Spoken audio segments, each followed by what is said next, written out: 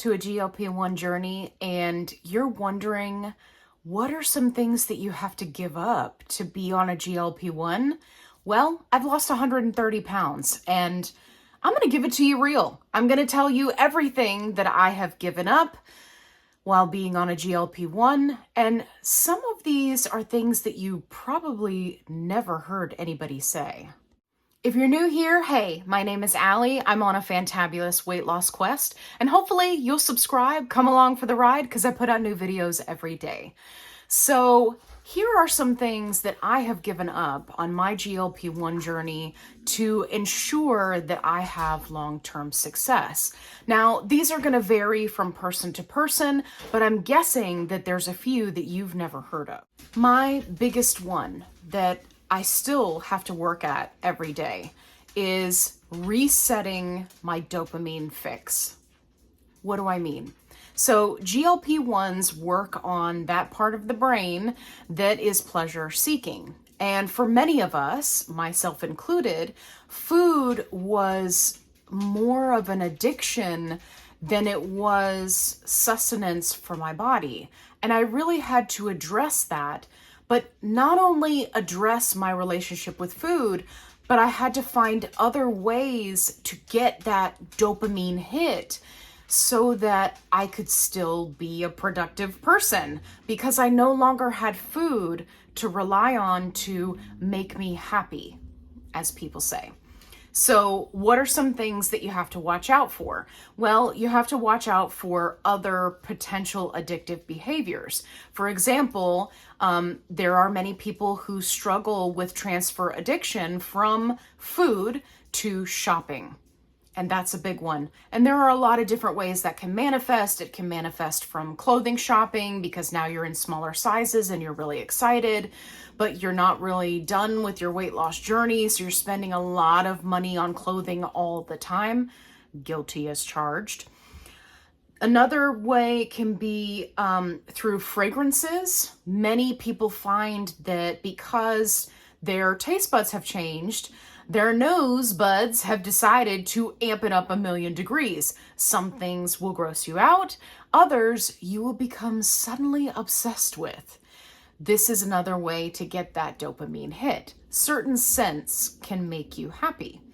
So whatever the case may be, it's important to remember that when you're resetting and reevaluating, going from, getting that dopamine from food to then finding another source, it's important to remember that you want to try to choose something that is constructive or productive in your life. For example, I just recently started back up with embroidery, which is an awesome mind-consuming type of, needlepoint that leaves you with a beautiful creation at the end that gives you lots of options about things you can do with it.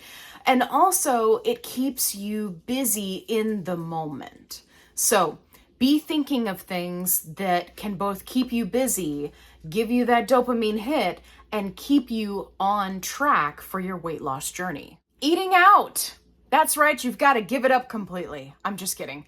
Please don't click away. I was joking. But when it comes to eating out, there was this mind shift that I had to make where it was no longer financially feasible for me to eat out all the time.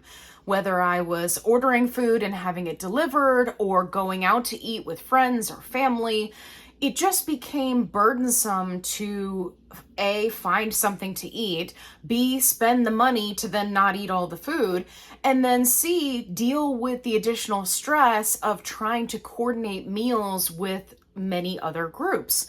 So I had to be more strategic about going out to eat.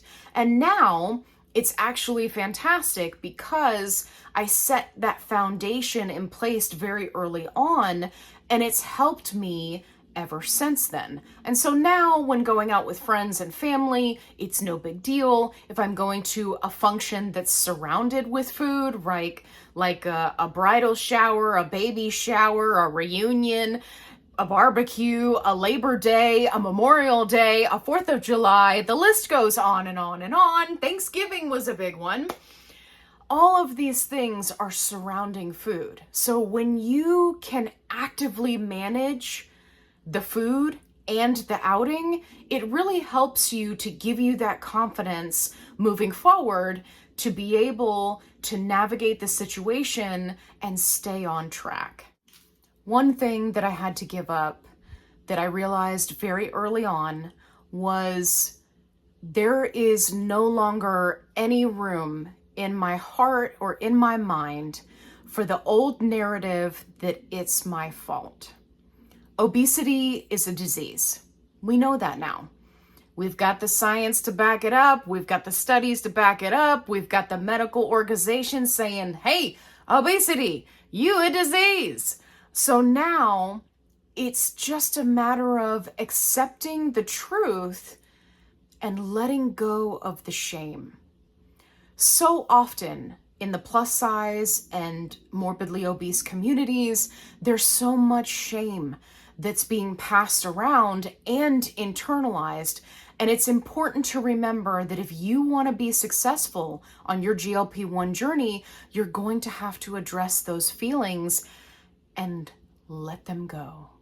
Gone, gone, gone are the days of going to the grocery store hungry and dropping a gajillion dollars to fill up my pantry and fridge with a bunch of crap and then not eat it.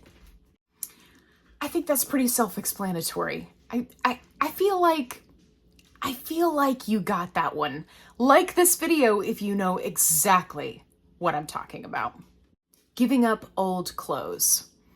Now, there are certain items that are significant to me, that make me happy, that I still wear to this day, that are in those larger sizes. But I had to actively work to get to a place mentally where I could say to myself, okay, I'm in this forward motion. I'm losing weight. I'm doing great. I'm changing my lifestyle. I'm getting in movement. I'm focusing on nutrition. This is the new me. And the new me is not going to gain the weight back. So I need to let these things go.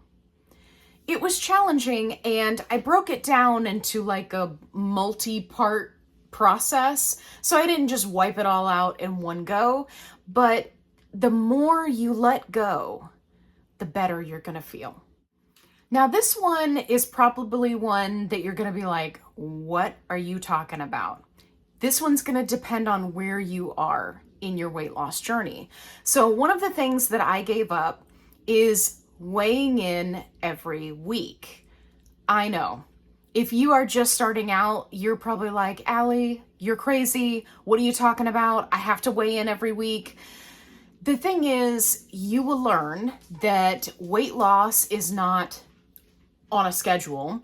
Your body is going to lose weight when it sees fit. And sometimes that means it's not going to lose it on day 7 or day 8 or your shot day when you weigh in.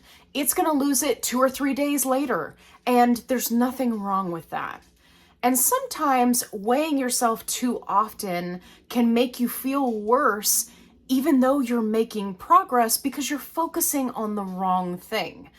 I am in a place now where I have lost 130 pounds, and weight loss is not only not my obsession, it's really moved down in like the top 3 slot rather than the number 1 slot.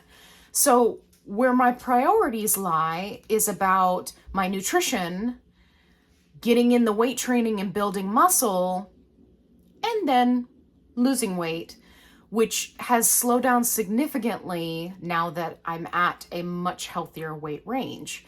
So as you go along, just keep in mind that what is extremely important to you in the beginning of your journey may change, and that's okay.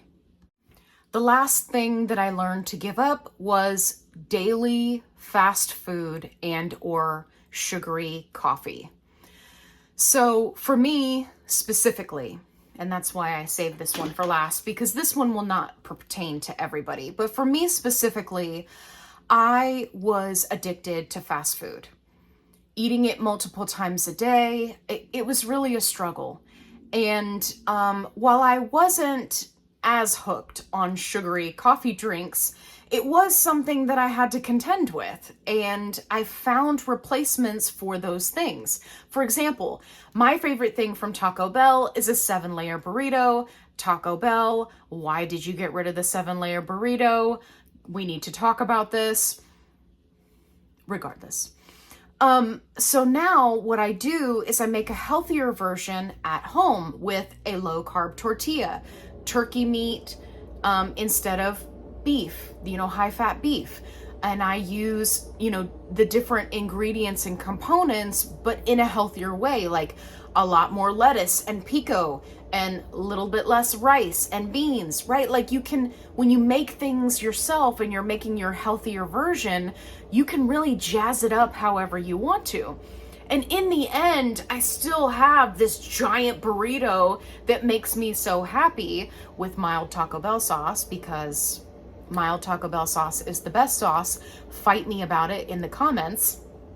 So you can really kind of make things your own. And I've had to let go of the convenience of fast food in order to really hold on to all of the progress that I've made. Now, it's not to say that I don't eat fast food. I made a whole video about it where I talk about eating fast food while in a late weight loss phase on a GLP-1. But it is something that I think about more than I ever did before. I give it a lot of thought before I commit to that McDonald's or Arby's or Taco Bell. So kind of adjusting how we deal with convenience things may be something that you have to contend with. And if it is, make sure you like this video, hit that like button, make sure you subscribe, because otherwise you're not going to be notified when I put out new videos, which is every day, and when I go live, which is every week. If you are struggling, if you are looking for a positive only community, you guys, we have so much fun in the lives. If you don't believe me, jump over to my live playlist where you can see the lives that we've already completed. We have so much fun. There's so much shenanery. You will definitely enjoy it. If you're new here, subscribe. Make sure you check out my GLP-1 playlist for newbies, because there's lots of tips and tricks that can help you along the way. And as always, be kind, rewind.